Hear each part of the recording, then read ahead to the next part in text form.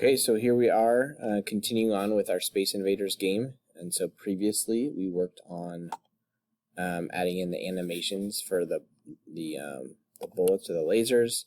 We modified our control loop here to add in controls to move the spaceship around. And so we got to the point where the spaceship can move left or right, and it can fire the laser. Now there is kind of a bug here that we introduced because the way we're handling the movements, we are not really taking into account that the spaceship can now go off the edge. And so what we need to do is this. We're going to come back to our our game object, and we have our move horizontally function right here. We're going to make another one that's says move horizontally, and then we'll say stop at wall. Okay, and so what we're going to do is we'll have our direction. And basically, we're going to keep track of which way we're going. And so we're going to say if direction equals let's see, move left,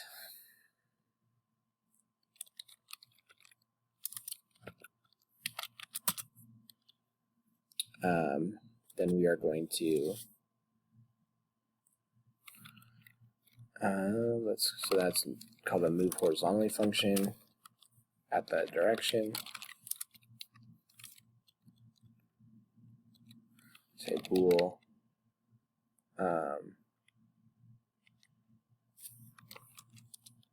at left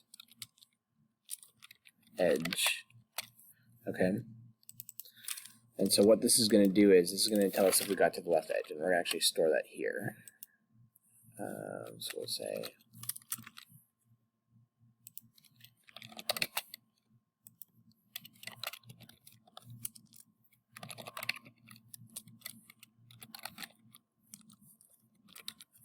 and we're just going to keep track of if we're at the right edge or the left edge. And so what we'll do is, coming back to here, we're going to say, and so if the direction is to move left and we're not at the left edge, okay, and then it's going to return true if we go off the screen, right? Okay, and then what we'll say is at right edge equals false, and then we'll return at left edge to let us know if we hit the edge. Else, we're going to do the same thing if, we'll copy this, actually we'll copy all of this. Okay, so now if the direction is move right, and we're not at the right edge, and I'll switch these, say at left edge. Okay, and then here we're going to return at right edge. Okay, and we're going to say else return false. And so what will happen here is if we're at the left edge, it won't let us move, or if we're at the right edge, so like if we're not at the right edge or at the left edge, we can move. If we're not at the right edge, we can move. If we're at the left edge or the right edge, we're just going to return, return true to say that we are at the edge. Okay? And so when we go to move our spaceship, we're going to use that instead. So move spaceship, move horizontally, stop at wall. So we're going to try this out and see how that works. So let's test it now. Well, first let's verify it, I guess. See if we get no errors. No errors. Okay, so now let's test it out. You can see that it works here. To go left, we stop at the left edge. But looking at this, it does not work for the right edge. We still go off the screen. So it'll be interesting to know why this is happening. So let's take a look at our game object. Direction equals move right. Okay, at right edge. Move horizontally. Turn at right edge. So all this looks good here. Let's look at our move horizontally function. Less than 0. Or greater than or equal to the screen with -1 -1. So this should be good as well. I'm going to have to take a look at this here and see why it might be happening. Okay, the issue I had is that mine wasn't working because for whatever reason my move horizontally function, I think we changed this before, but somehow I got the older version. When we're comparing this to see if we've gone outside the screen, this should be greater than or equal to instead of equal to. Okay, and that will solve that issue where it's going off the right edge. And I just added a serial print here of the X position to help me debug it. Okay, so that's working now, or it should be working. And then the next step is now, I think, to check for collisions. Okay? And so, when we come and take a look at our control loop, maybe after we move. Okay, so what we're going to do is we'll take the move first, and so the sequence of this kind of matters because we want to check to see. Now I'm thinking about it because we're going to render it here, and so after we render it, we should check to see if something happened because we don't want to do it before we render it. I don't know. We can mess around with this and see what we like better. I'll start with it at the top. So check for, you know what? Actually, what we're going to do, we're going to include it in the move loop right now, and then we'll decide later if that matters. So we're going to say check alien collisions, check bullet collisions. Okay. So make this function here, and for now we'll just make it void. If we want to return a boolean, maybe at some point we can.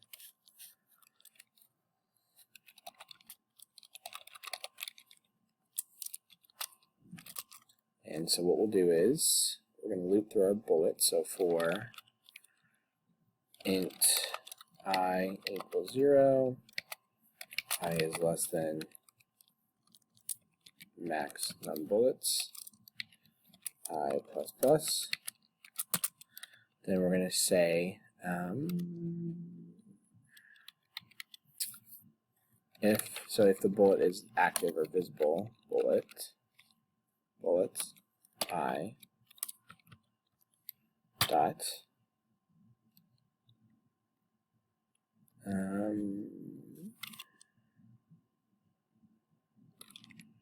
get visibility, so it's visible. We're going to check the collision with the alien fleet. Okay, so what we're going to do is we have our alien fleet, and we're going to do our collides with function on bullets I. Now, as is, this won't work because this will just check to see if it collides with the top left one. Okay, and so we need to we need to override this function in our alien fleet so that we can do that. Actually, I don't know if we want to override it because we want to call the original one. So we're going to say, let's call it alien fleet collides with alien.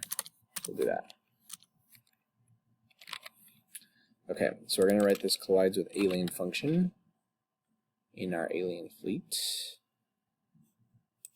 Okay. And so we'll put it right here after our move functions. So bool collides with alien, and we're going to have a game object reference come in here. We'll call it object. And what we'll do is we're going to iterate through our alien fleet, just like this.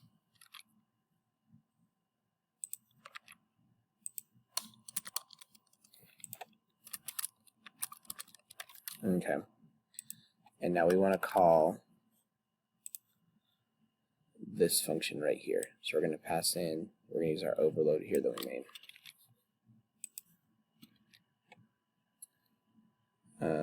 And so this will be other, the object.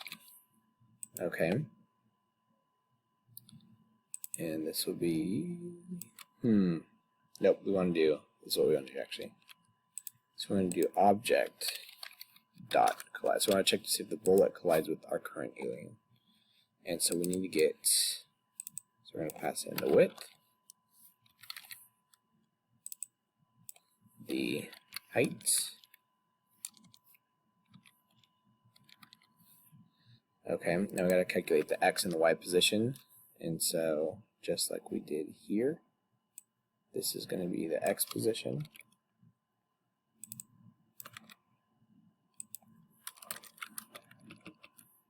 Then we've got to snag the y position as well.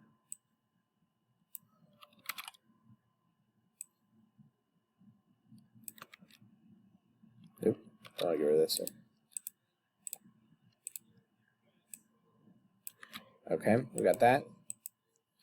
And I think we're good here. And we're just going to return this. Oh, no, we're going to say,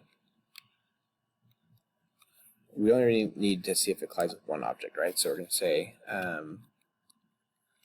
bool collision equals, so we're going to get the result of the collision. And we're going to say if collision return true.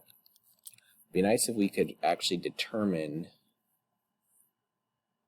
the position, which alien it collided with. So that's something we're going to have to work on. For now, we're just going to return true, and then else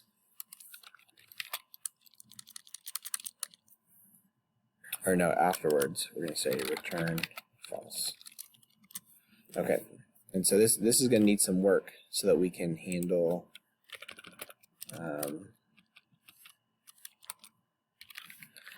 if collision happens. We'll put it right here. So we're saying need to mark current alien as dead. Okay, so we need to figure out a way to figure out that the alien got in a collision.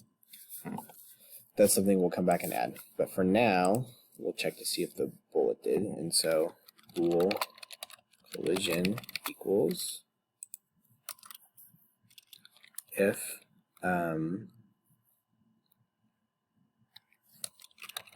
collision,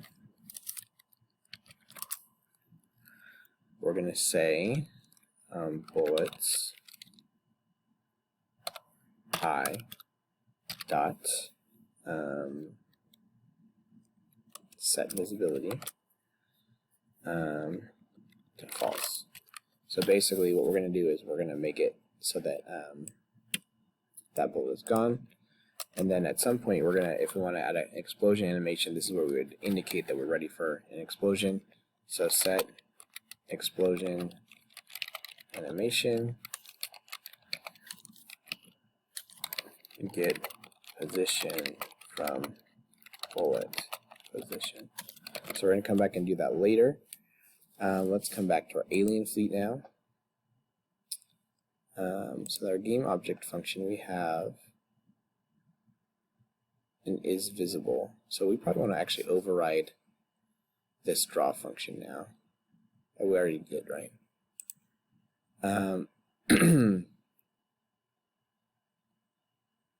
Okay. What we'll do here is we need to find a way to track the visibility of these aliens. So we're going to have define num aliens equals, not equals, in parentheses.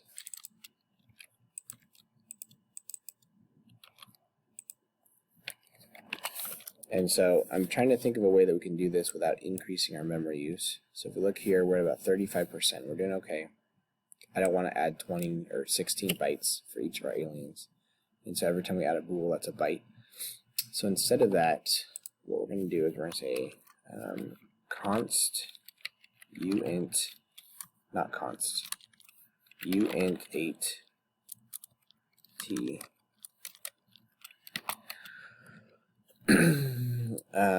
alien status,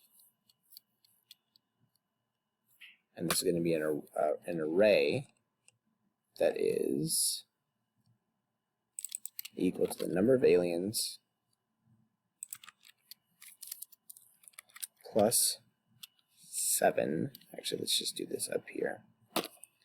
So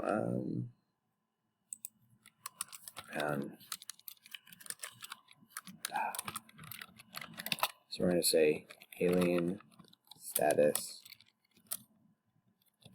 array size, and it's going to be the number of aliens plus 7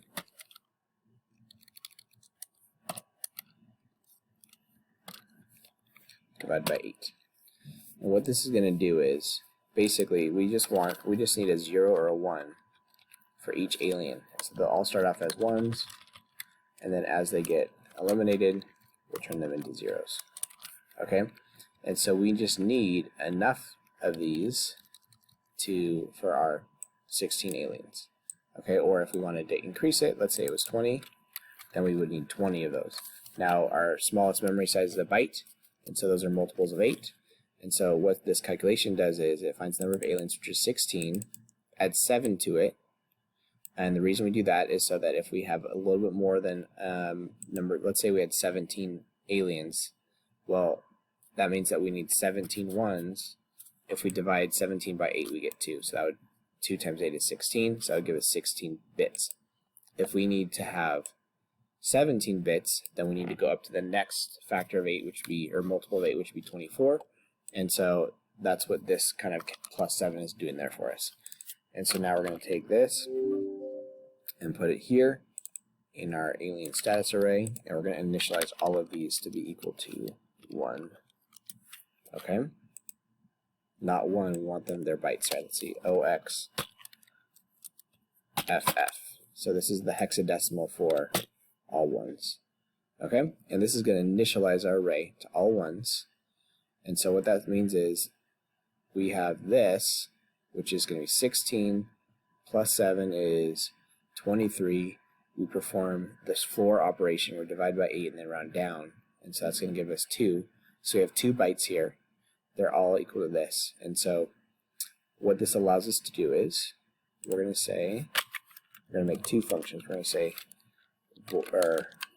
bool get alien status and we're going to send an index. Okay, uint 8t. Okay, and then what we're going to do is we're going to return let's see, how do I want to do this? Let me think for a second. Okay, so basically what we need to do is, so we have our array of bytes, which right now is this, OXFF. These are zeros, right? And if we put this in binary, it's going to be basically 1, 2, 3, 4, 5, 6, 7, 8. 1, 2, 3, 4, 5, 6, 7, 8. And so these are 2 bytes. Okay, and we want to return the number of index. So this would be 0, this would be 8, this would be 15. So the way that we're going to get this is we need to, because it's an array, we want to access the array at the what we'll call the byte position.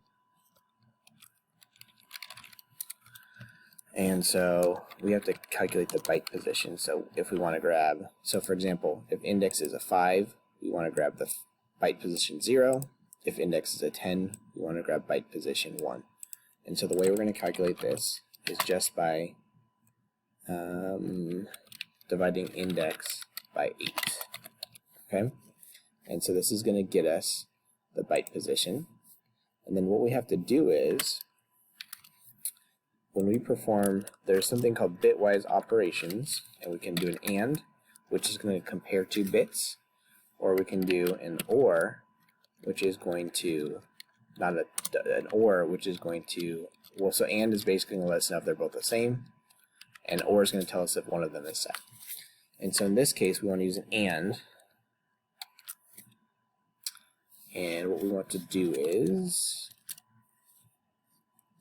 no, we want to use an OR. Okay, so actually what we're going to do is this. We're going to say uint 8t, and we're going to say bit shift amount, and we're going to say index %8. Okay, and so what this is going to do is once we select our byte, let's say put in a 10. Okay, well, 10 over 8 is going to give us 1. Okay, which is what we're going to select this byte, and then we want to shift it to compare the 10th one, which will be, it's going to be backwards, so we need to go ahead and, let's see, we need to shift this to the right by bit shift amount minus, should be 8 minus bit shift amount. So what will happen here, and this is a shift, so what we're doing is we're taking this and we're moving it over this way. And so what this will do is if we're at index 15, then we're going to get 7 here, and we want to shift this. We don't want to shift it at all. 8 minus 7. Okay, so we're going to actually shift it 7 minus that amount. And so this is going to give us the value that's at that current position. And then we're going to perform the AND operation with 1 to see if it's set or not. And this will get us the alien status, and then we'll stop here. And in the next part, we'll go ahead and do the next piece where we can actually set the alien status. And that will allow us to then represent whether they've been in a collision or not. So let's clear that part out. Actually, you know, let's do it real quick. Actually, we'll have this part, and then we'll take care of the rest of it on the next part.